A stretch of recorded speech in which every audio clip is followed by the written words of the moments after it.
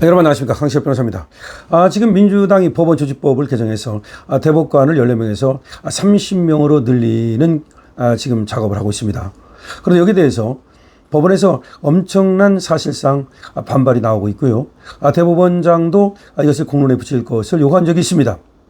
그러면 30명으로 늘리는 것의 문제점이 뭔가를 한번 보죠. 사실은 말이죠, 대법원 개혁은 필요하고 지금 법원 개혁 또 사법개혁은 필요하다는 의견이 있어 왔습니다. 그런데 문제는 말이죠, 개혁이라는 것도 언제 어느 때 누가 하느냐에 따라서 그 의미가 많이 달라지게 됩니다. 그런데 이 사법개혁이라는 것은 벌써 노무현 정부 때부터 시작됐던 거고, 아니 그 이전으로 거슬러 올라갑니다. 그런데 사법개혁 방안에 대해서 노무현 때는 많은 논의가 있었죠. 그때도 대법관 수 증언을 논의했던 적이 있습니다. 하지만 대법관을 많이 늘리는 데는 실패했는데요. 그 이유는 법원의 성격과 관련이 있습니다. 법원은 정적인 그런 조직이죠. 따라서 정적인 조직에서 동적인 행정과 동적인 정치를 제어하는 역할, 견제와 균형의 역할을 하는 것이 바로 사법입니다. 그런데 사법은 안정적이어야 되기 때문에 이것이 들쑥날쑥하고 중구난방이 되면 안 되겠지요. 그래서 여러분 아시다시피 미국의 연방대법원은 9명으로 구성이 됩니다. 그리고 이 9명은 종신제입니다. 즉 죽어야 바뀌는 겁니다. 그럼 왜 그렇게 만들어 놨을까요? 다 이유가 있습니다. 이게 빈번하게 바뀌고 그리고 또 인사청문회를 한다, 또 공석이 생긴다, 그러면 법적 안정성이 깨지기 때문입니다. 무엇보다도 이 법적은 안정성이 중요한 것이거든요. 정치는 그말로 가변성이 그것이 운명적인 것이라면 법적인 것은 이 사법부는 가변적이어서는 안 됩니다. 그것이 바로 이제 대법관 수를 너무나 많이 하지 않는 이유 중에 하나입니다. 또 하나, 지금 대법관만 늘리고 하급심을 이것을 강화하지 않으면 가분수가 될 가능성이 있기 때문이죠. 자, 그래서 대법관 수를 늘린다 하더라도 하급심을 강화하는 것과 동반되어서 이루어져야 한다는 것이고요. 또 하나, 대법관을 늘린다 하더라도요, 이것이 누가 늘리느냐가 중요하다 그랬죠. 이재명은 자기 방탄을 위해서 늘리겠다는 겁니다. 더군다나 지금 여야 합의에 의해서 국민의 동의를 얻어서 하는 것이 아닙니다. 자, 국민의 동의를 얻기 위해서는 뭐가 있어야 됩니까? 청문회를 해야 되겠죠. 또 여야 합의로 여기에 대한 공청회 등 많은 것이 열려야 되겠죠. 그런 거 없이 그냥 일방적으로 대법관 수를 늘린다면 그것은 결국 이재명 방탄을 위한 것밖에 안 되겠죠. 따라서 여기에는 엄청난 반발과 반작용이 있을 수밖에 없는 것이죠. 자, 그래서 지금 법원조직법을 개정해서 14명에서 30명으로 늘리는 것에 대해서는 이재명도 대통령이 되자 조금 시간을 늦추는 것이 어떠냐, 이런 얘기까지 나오고 있는 겁니다. 자, 그러는 차에 김선수라고 있습니다.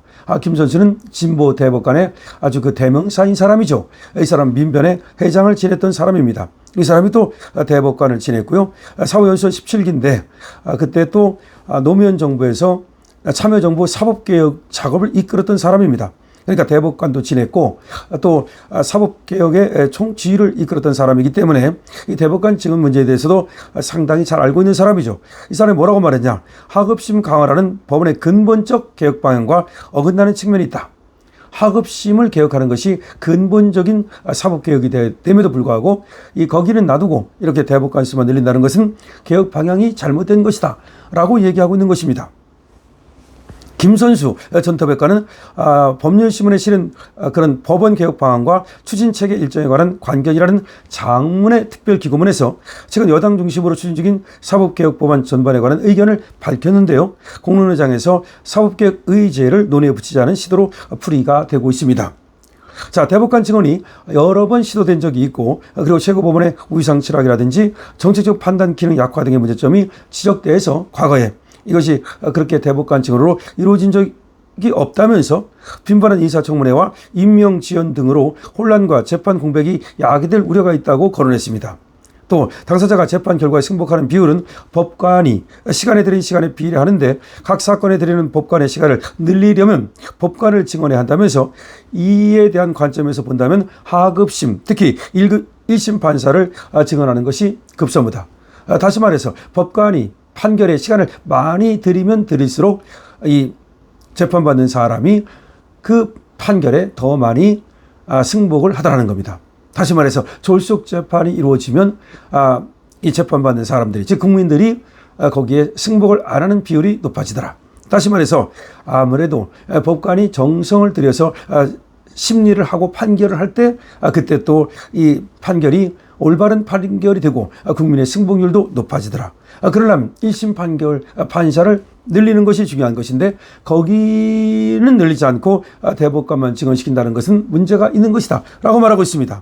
또 김 선수는 대법관 증언 여부를 결정하려면 규모뿐만 아니라 소부 구성을 몇 명으로 할 건지 소부 그러니까 대법관들이 전체가 하면 이거 전원합의체라고 그러고 몇 명씩 나눠가지고 하면 그 소부라 그러죠. 지금 대법원에는 소부가 3개가 있죠. 4명. 그런데 이거를 더 얼마로 늘릴지 소부를 전문재판부 형태로 운영할 것인지 전문재판부라는 것은 민사재판부, 행정재판부, 형사재판부 이런 걸 말하는 겁니다.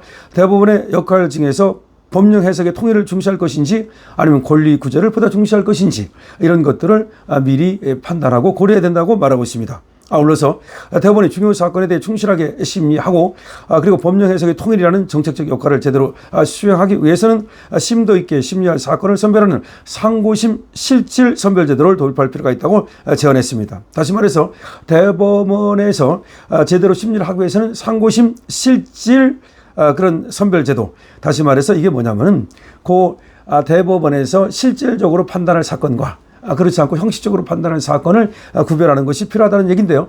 사실은 지금도 심리 불이촉행 기각이라 해서 판단할 가치가 없는 것은 빨리 끝내는 것은 있습니다. 근데 여기에 대해서 엄청난 불만이 있기 때문에 이것을 상고심 실질 그런 어떤 선별제도라는 것을 따로 만들자고 얘기하고 있는 것입니다.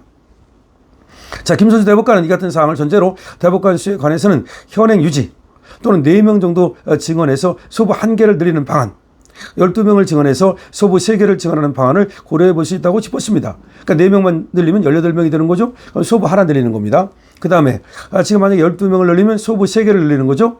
그럼 26명이 되는데 그러면 소부가 더 많아진다는 거죠. 그러니까 소부 중심으로 몇 명을 늘릴 것인지를 판단해야지 무조건 30명 이렇게 해서는 안 된다는 얘기입니다. 대법관 자격을 비법조인으로 확대하자는 주장에 대해서는 임용 자격을 비법조인으로 확대해야만 대법관 구성의 다양화를 이룰 수 있는 것은 아니다.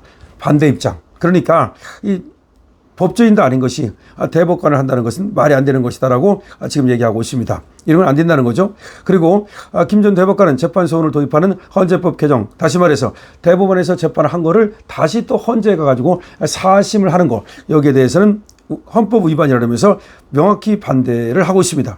이것은 말이죠. 재판소원 도입 을 한다는 것이 이것이 결국 또 이재명을 위한 것이기 때문에 이런 것은 도입이 안 되고 이것은 사실상 사심제가 도입되는 것이기 때문에 국민에게 엄청난 비용 부담과 시간 부담을 줄 것이라는 점에서 안 된다는 것입니다. 너무 당연한 거죠.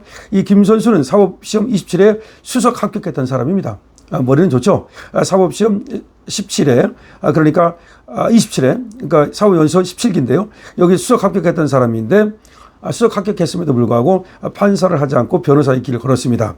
첫 직장이 조영래 변호사가 했던 시민공익법률사무소였다고 해서 노동인권변호사로 일했고 어쨌든 그래서 민변에 그 회장을 했던 사람입니다. 좀 특이하죠? 사법고시 수석을 하고도 참 대단한 사람이죠. 그러니까 사법 지금 수석 을 하고도 판사를 안 하고 변호사를 했고 인권 변호사의 길을 걷다가 결국 대법관까지 했던 사람입니다. 자, 그런 사람인데 이 사람이 지금 확실히 이 사람은 완전히 이 좌파거든요. 좌파 중에서도 찐 좌파거든요. 진보. 그런 사람임에도 불구하고 지금 이재명이가 하려고 하는 이 대법관 증언이라든가 내지는 재판소원의 도입이라든가 이런 것들은 문제가 있다라고 아주 그 법률신문에다가 글을 써서 조목조목 비판했습니다.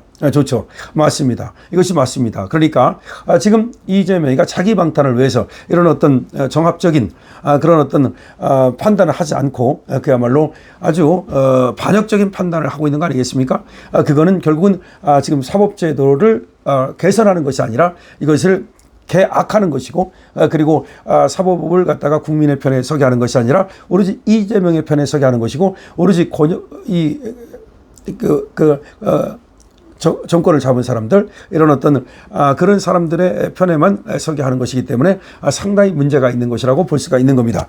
자, 그래서 지금 이와 같이 지금 법원 조직법을 갖다가 30명으로 갑자기 늘린다는 것은 분명히 안 되는 것이고 재판소원을 도입하는 것도 안 되는 것이고 하급심을 강화하는 쪽으로 가야 되고 만약에 굳이 늘린다면 수업을 하나 정도 늘리는 거로 해서 18명으로 간다든지 이 정도로 해야지 이것을 갑자기 늘려가지고서 사법부를 갖다가 어떻게 보면은 이 형해화시키고 사법부를 혼란에 빠뜨리는 것은 그야말로 어리석은 짓이다라고 얘기할 수 있습니다. 자, 김 선수 물론 좌파 진보 변호사기 때문에 그리고 또 그런 쪽의 사람이었고 그 사람이 또 이제 대법관을 했다고 그러는 거죠. 그렇기 때문에 별로 저는 이 사람을 그렇게 뭐 높이 평가하지는 않습니다만은 어쨌든 지금 주장하는 것은 상당히 일리가 있다라고 볼 수 있습니다. 여러분들의 의견을 많이 적어주십시오. 강신업 TV입니다.